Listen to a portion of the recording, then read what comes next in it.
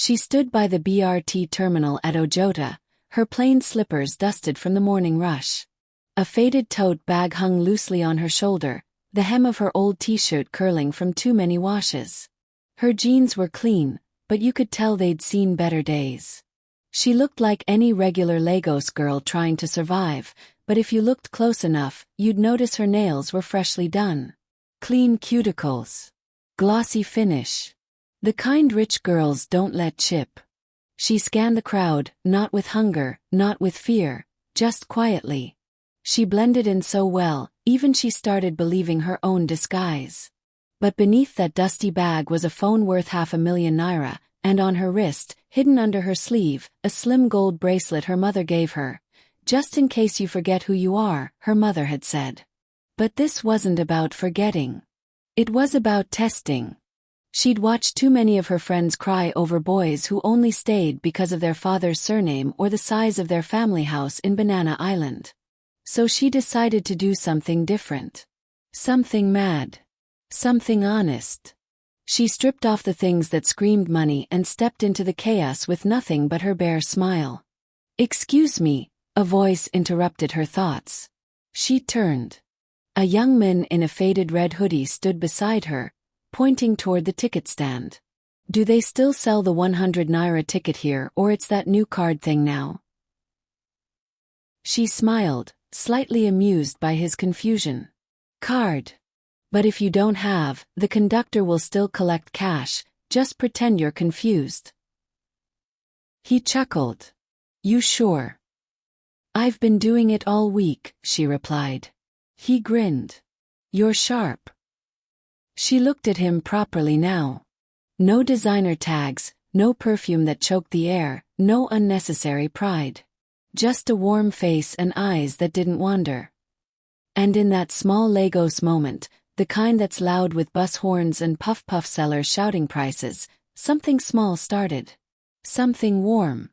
They ended up sitting beside each other on the BRT. Not by design, just Lagos luck. She took the window seat and let her eyes follow the road, while he adjusted his backpack, trying not to let it brush her shoulder. "So," he said after a while, "how long have you been pretending to know all the BRT hacks?" She turned to him, smirking. "Long enough to survive Lagos without shouting." He laughed, the type that felt full, not forced. "That skill. I'm Toby, by the way."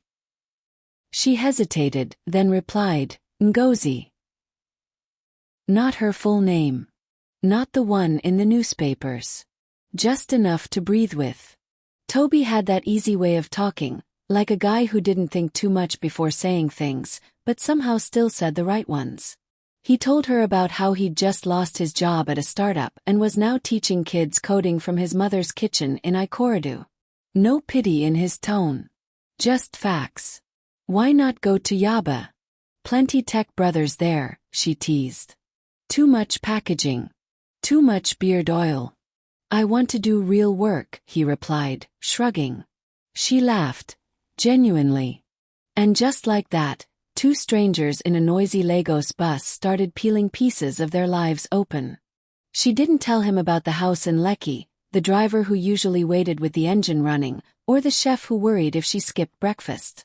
She didn't need to. For the first time in a long time, she wasn't being watched through the lens of her father's money. She was just a girl in traffic, laughing with a boy whose smile didn't carry any expectations. By the time the bus got to CMS, she almost didn't want to get off. But she stood. Adjusted her tote. "This is me." "Same," he said. Their eyes met. She stepped down, and so did he. Maybe it was still coincidence. Or maybe Lagos was finally being kind. They crossed the road together, dodging impatient Okadas and yelling bus conductors. The sun had climbed higher now, coating the buildings with that stubborn Lagos heat. She held her bag tighter, not from fear, but habit.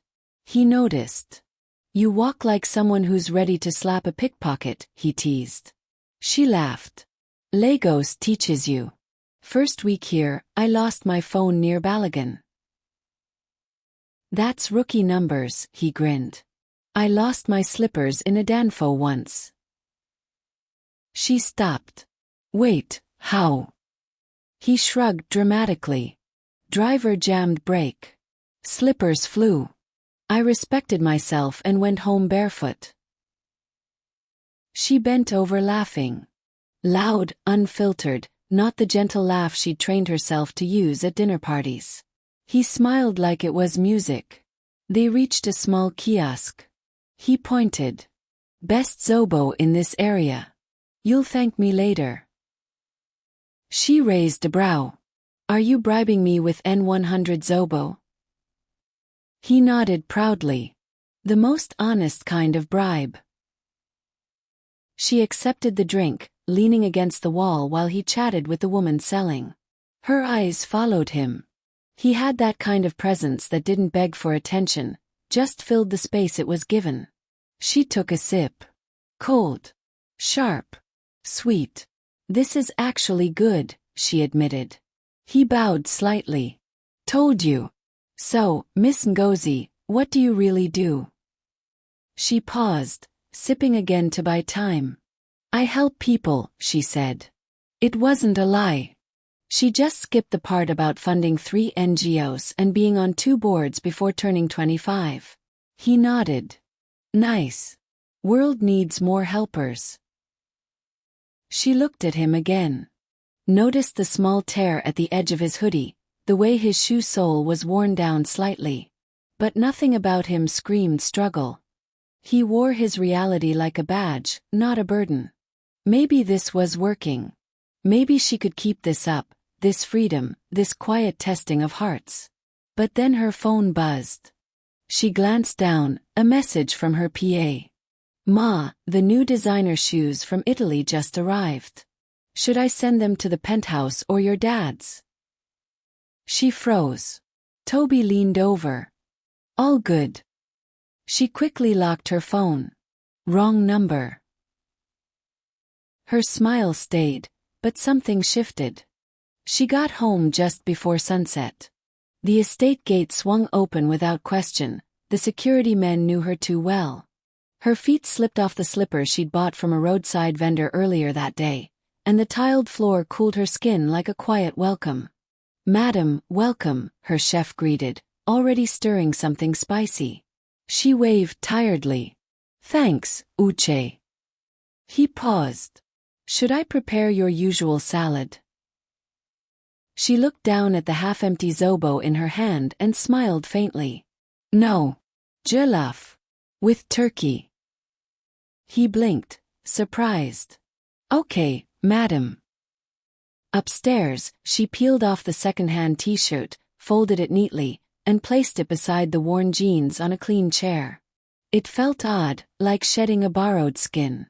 Her real wardrobe, racks of elegant dresses, soft perfumes, heels never kissed by dust, stared at her like a secret she hadn't confessed. She lay on the bed and stared at the ceiling. Why did her heart beat that fast when he looked at her? Why did his laugh linger longer than it should? She wasn't supposed to feel this much so early. It was meant to be a game. A test. But his face kept dancing behind her eyelids. Her phone buzzed again. Mr. Okonkwo wants to confirm tomorrow's lunch at 4 points. She sighed. Her father's friend. Wealthy. Divorced. Interested. The kind of man who believed his wallet could replace affection. She stared at the screen, then quietly turned the phone off. Somewhere in the middle of dinner, her mother walked in. I saw the news today, she began, removing her shoes. The Johnson's daughter is engaged. Politician's son. She nodded absent-mindedly, spooning jollof into her mouth like it held all the answers. Her mother narrowed her eyes. What are you really doing with your time, Ngozi? She shrugged. Getting to know myself.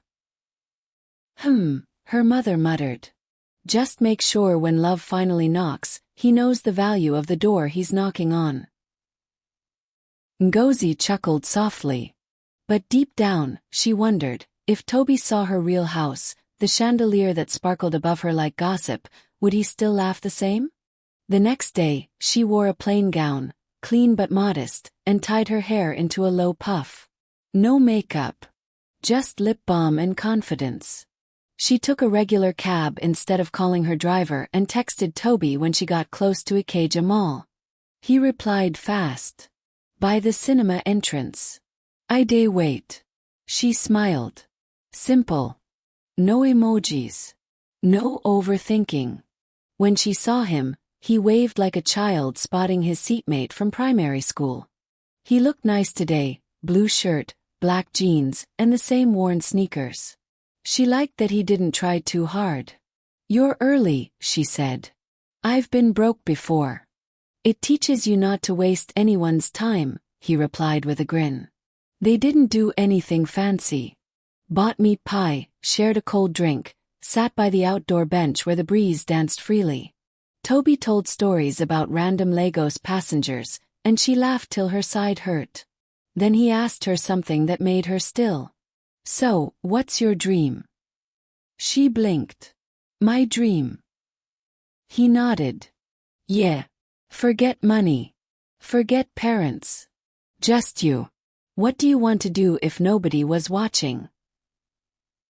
She looked down at her lap, playing with her fingers. I want to build places where young girls can learn, not just school stuff. Real things. Confidence. Money sense. How to own space. Toby stared at her. Wow, he said softly. That's big. She looked up, expecting doubt. But he was smiling like he'd seen her clearer than ever. I think you should, he said. You talk like someone who's already building. No compliments about her face. No flirting. Just belief.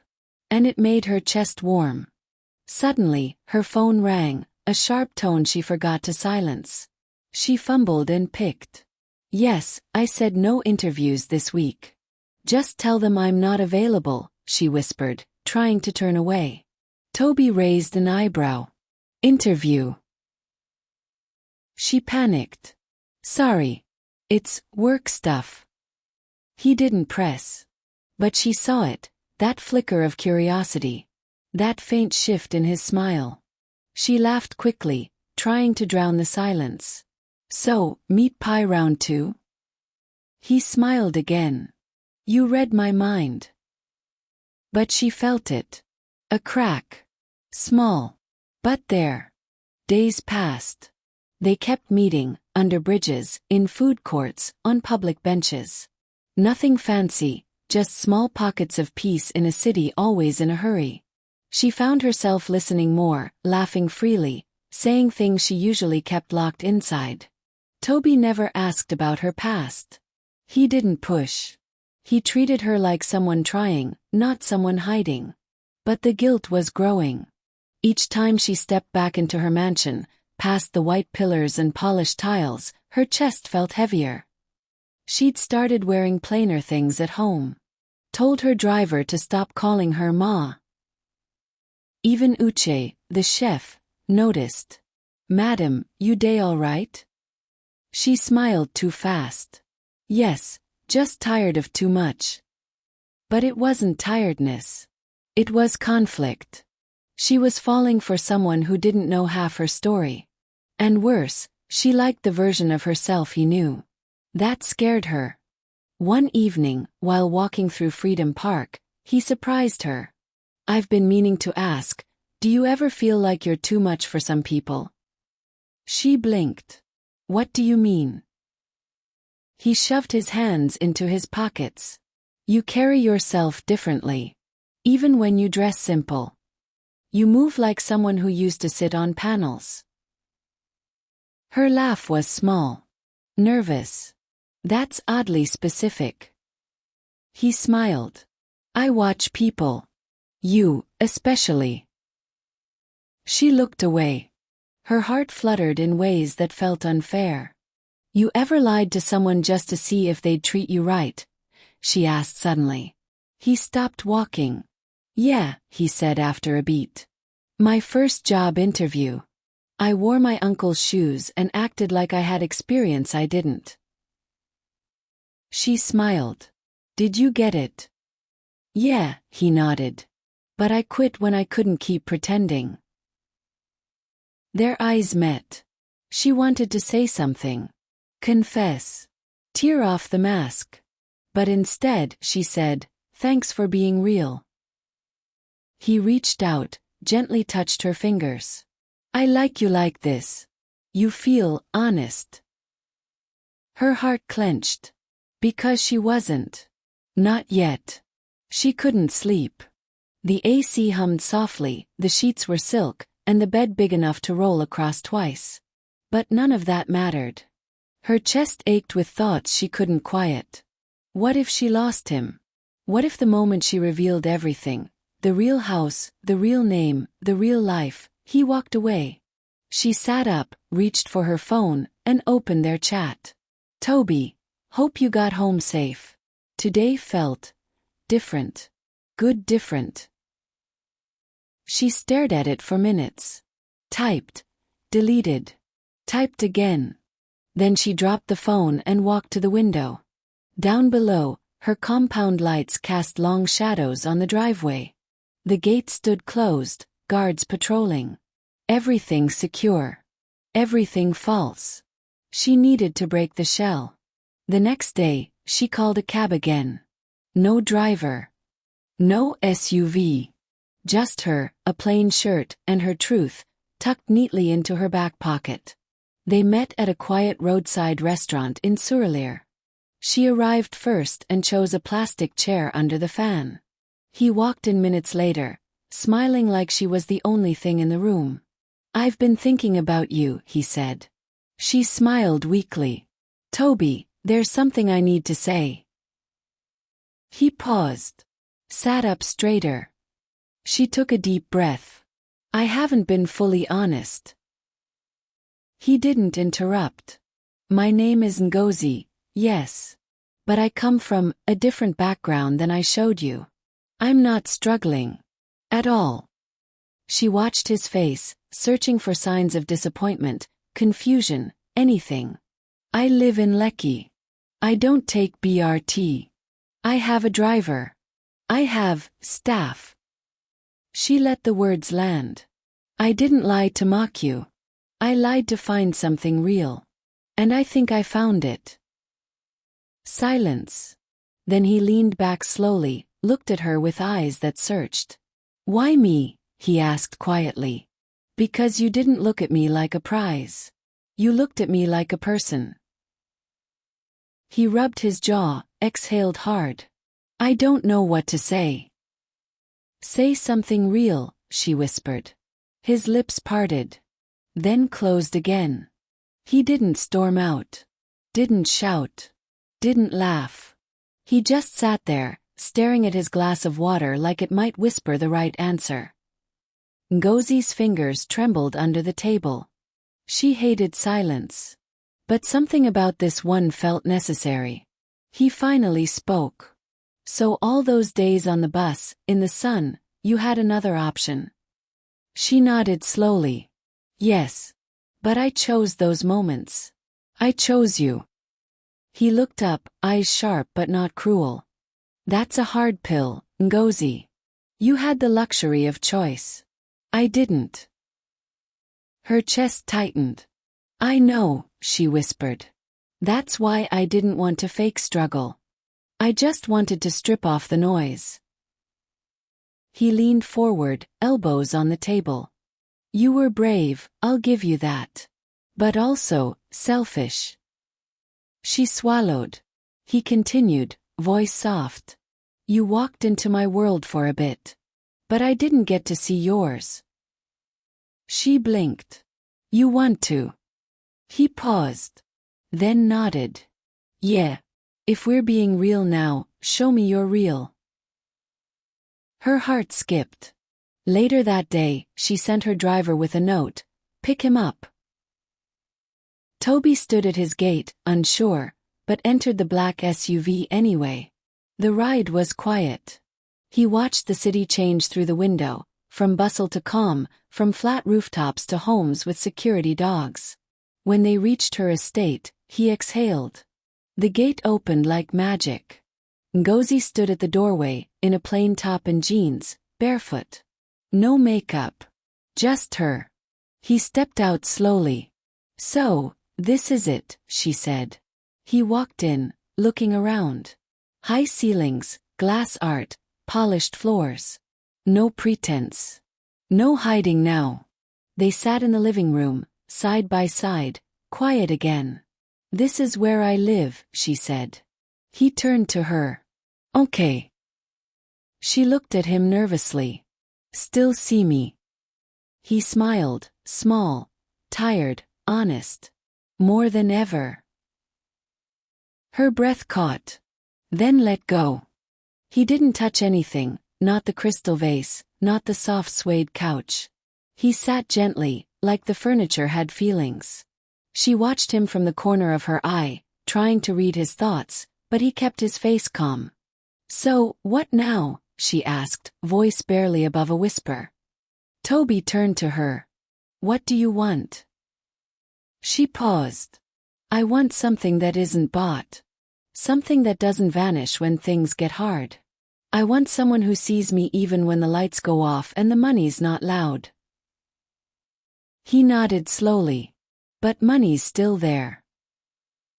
She gave a half-smile. "It is. But it's not everything." He looked around again. "It changes things though." She agreed. "Yes. But it doesn't change how I felt sitting beside you in that BRT. Or laughing over Zobo. Or listening to you talk about your dreams like they already happened." He chuckled softly. "I was trying to impress you. And you did. More than anyone ever has." He went quiet for a moment. "I don't want to be a charity project, Ngozi." Her eyes widened. "You're not. You never were." "I know." He glanced at her. "But I had to say it." She nodded. A few minutes passed. Then he stood up and walked to the large window. "This place, it's beautiful." She joined him. "It feels empty sometimes." He looked at her. "You still want to build that place for girls?" Her eyes lit up. "More than ever." He smiled. "Then let's do it." She blinked. "What?" "I can teach coding. And how to create things. We can start with a few girls, build from there." She stared at him, overwhelmed. "You're serious?" He turned fully to her. "You said you wanted something real. Let's build something real." She smiled, but this one had weight. Purpose. And right there, not in a restaurant, not in the bus, but in her own home, with her truth laid bare, he chose to stay. Not for her name. Not for her wealth. But for what they could become. Together. The first meeting held in an unused room at the back of her father's guest house. Nothing grand. Just 6 plastic chairs, a whiteboard, and the loud dreams of girls who had never been asked what they wanted from life. Ngozi stood at the front, nervous but lit from inside. Toby sat beside the board, rolling a marker between his fingers. He was calmer than her, as usual. "Why coding?" one girl asked. Toby leaned forward. "Because the world doesn't care where you're from if you can solve a problem. And you've got problems to solve." Laughter filled the room, warm and raw.